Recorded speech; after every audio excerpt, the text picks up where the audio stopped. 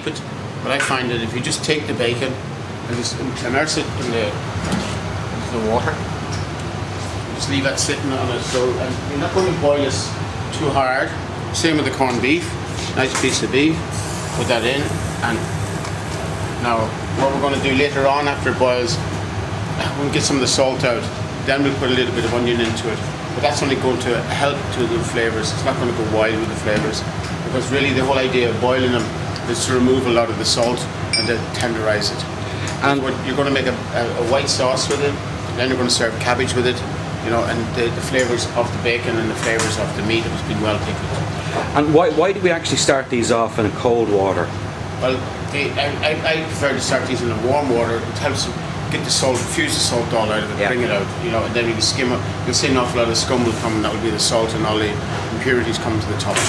And you see a lot of people that when it comes to the boil, they'll actually throw off the first boiling and they'll restart it again. Yeah, that is to remove all salt. Yeah, okay.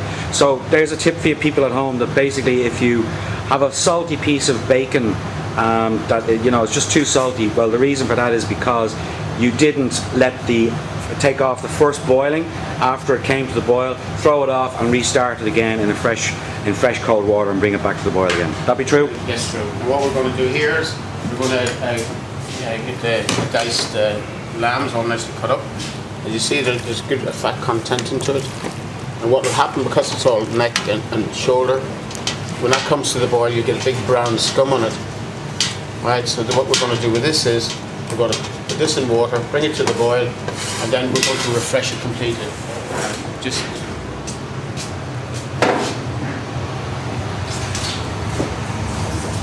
let this come up. What I'm going to do here is this one.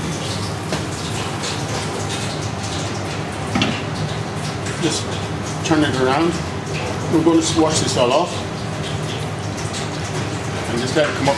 Skim it. You see it getting cloudy already. That's the blood and everything in the water. Bring it all up. Get all the impurities out. Put it back in fresh water. And then we can add our vegetables and all the things that are going to make it into a nice Irish stew. And again, is this recipe that we're going to be using here now, is this any recipe that anybody can follow at home? It's a simple recipe. Everything we're doing here is simple food, done easily, and anyone can follow it. Okay. Anyone.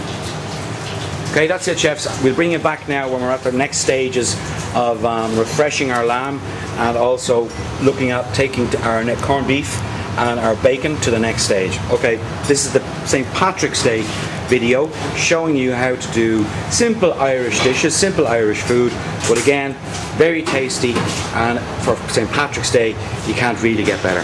Scum is coming to the top. So all the heavy scum you take off, because otherwise it boils down. Slow your gas.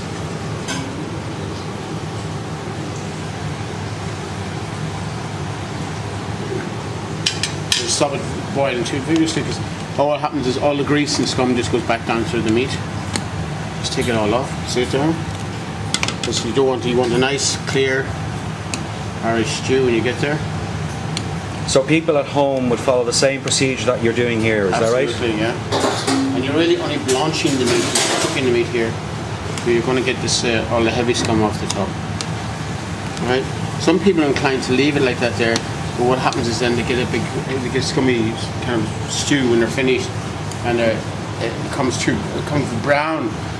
One thing most people will say about Irish stew is the classic white stew. The original Irish stew didn't have carrots or anything like that in it. It only had celery, leek, onion, wild garlic, and herbs. Wild herbs, because it was a peasant dish, and carrots weren't grown, because the time this all came about, carrots weren't here in this country.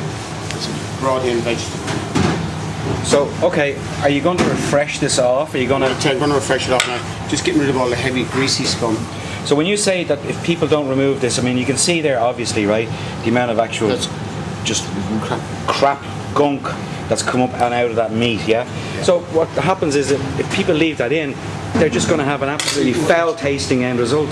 Yeah, you're going to have the real hoggity flavour, you know, the fat. Yeah. In your greasy flavour. If you put your tongue to your palate, you'll get that greasy flavour. Okay.